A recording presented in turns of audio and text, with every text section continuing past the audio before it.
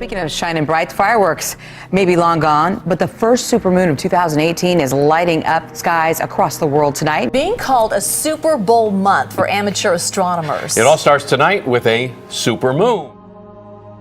Another supermoon, it's going to happen this month as well, January 31st, and it coincides with a total lunar eclipse. Even more unusual, the way the lunar cycle and our calendar line up this year creates a rare scenario. 2 double full moon months in January and in March, and no full moon in February. So it's really interesting what's happening. No one alive today has ever seen this combination of events, as they haven't happened in over 150 years. I think that, we're looking right now at, the state of our world. Yeah. And people may say, well, why, what's the urgency? And, Ryan and I were talking just a little bit earlier about the state of the world. And regardless of whether you believe in the Bible or not, it is crystal clear that we are in some incredible times, and there are some huge concerns about our world. Across Europe, hundreds of thousands of people gathered in Berlin, Paris, and London to celebrate the arrival of 2018. But amid the joyful celebrations, a serious but hopeful message of peace and unity delivered by the United Nations. I'm issuing an alert, a red alert for our world. Conflicts have deepened and new dangers have emerged. I urge leaders everywhere to make this New Year's resolution. Narrow the gaps, bridge the divides, rebuild trust by bringing people together around common goals. Unity is the path. A record-breaking cold snap is causing chaos across parts of the US and Canada. The storm hit during high tide, which was intensified by Monday's supermoon.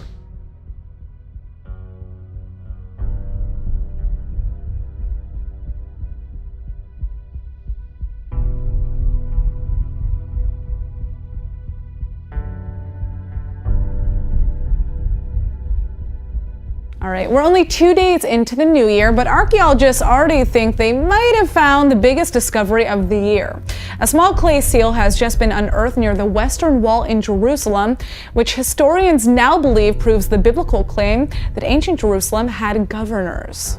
It is the first time that we find an actual finding, which is the sealing itself, inscribed with the name of a position, the governor of the city of Jerusalem,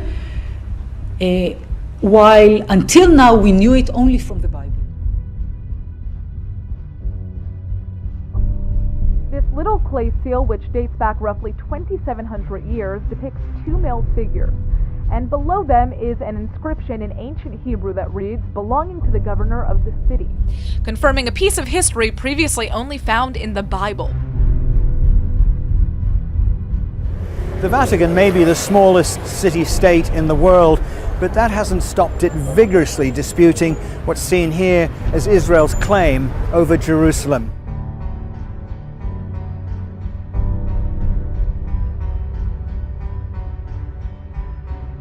The Pope's swift response to what they're describing here as Israel's land grab has been unprecedented. It's been brought up at the United Nations forums across Europe, and the message has always been the same: uncompromising, unwavering. Jerusalem belongs to no certain people, it belongs to us all. Jerusalem is a unique city, holy to Jews, Christians and Muslims who worship in this city. I pray to the Lord that its identity will be preserved and strengthened for the benefit of the Holy Land, of the Middle East and the entire world.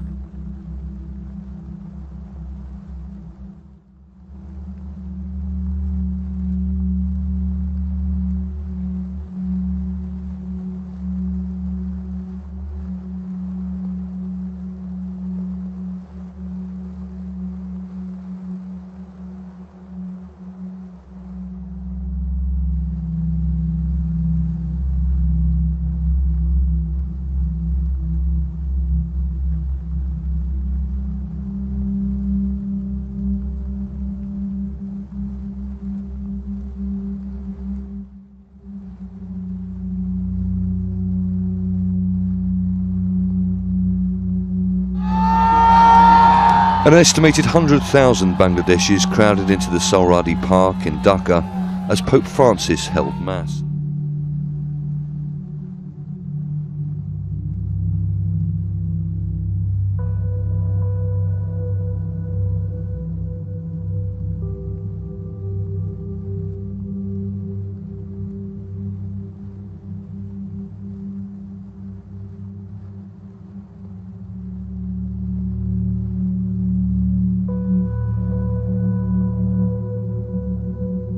These are not like depressing times. For me, these are the most exciting times to be living in right now. We're seeing the Bible come to life more than ever. Obviously, we're seeing prophecies being fulfilled. We have some technology that I know you were telling me about before, about a one world economy.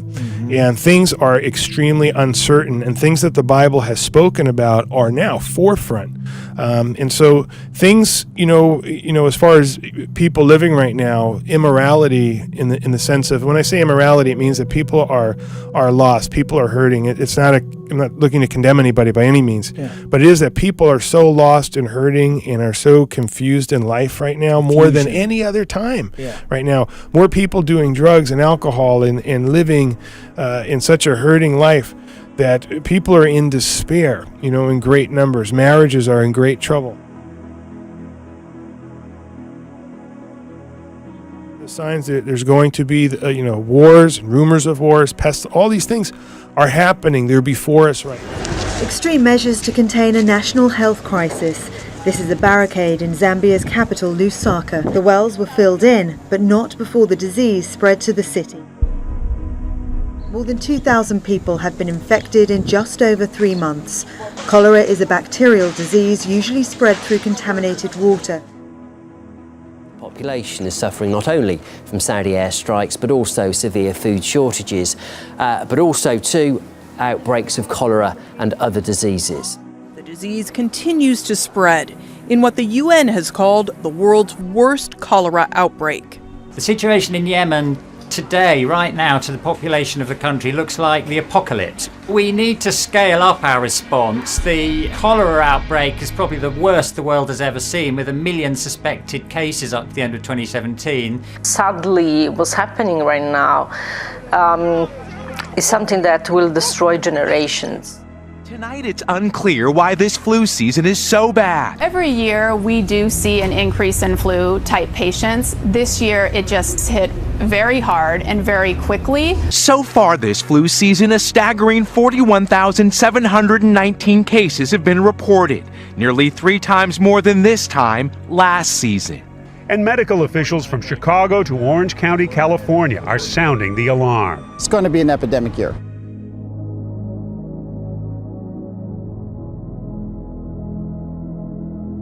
It felt like we were in the middle of Siberia or something.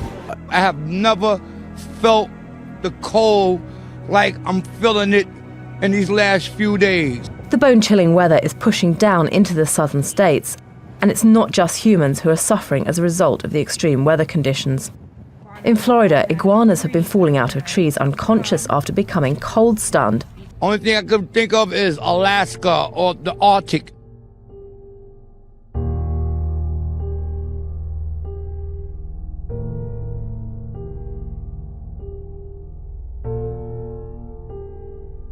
Just 4 days into the new year, and we already have the blizzard of 2018. I've never seen this before. Now, a new storm targets the entire U.S. eastern seaboard with the rapid, ruthless force of a bomb. We're going to see what meteorologists call a bomb, a storm that strengthens so rapidly in 24 hours that it almost seems like a hurricane with snow.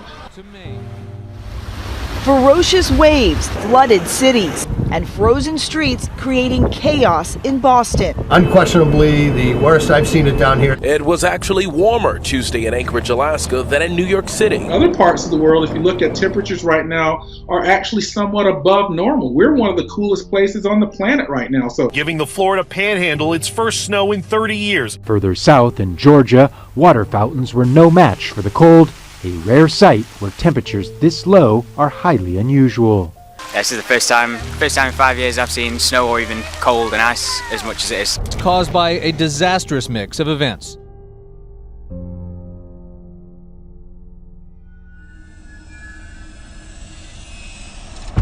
Other news tonight, the earthquake in the west, the magnitude 4.4 quake jolting the San Francisco Bay Area. Home video cameras caught the moment the earth shook at 2:39 this morning. It felt like a giant punched the building. Patients that were on ventilators and intubated woke up because it was such a big jolt. You can see everything in the building move. It felt like something like a boom almost, and then it was more of a steady shake after that. These are not like depressing times. For me, these are the most exciting times to be living in right now.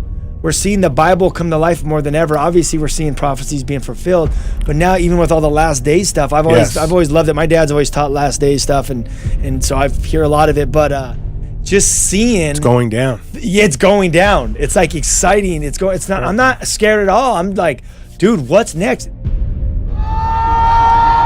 An estimated 100,000 Bangladeshis crowded into the Sohrabadi Park in Dhaka as Pope Francis held Mass.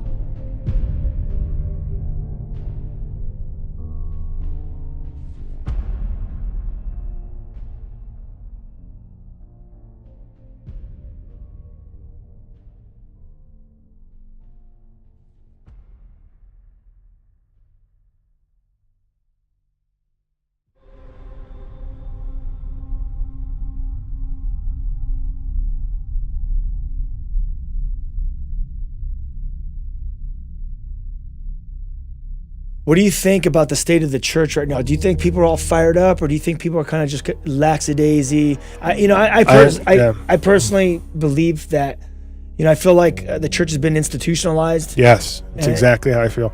I feel like the church has become a business model and not the book of Acts. And so I see the church today as a lukewarm church. It's more about numbers and buildings and filling, and we'll give them whatever message we need to give them as positive as we can with whatever lifestyle. And so people come in and they feel good.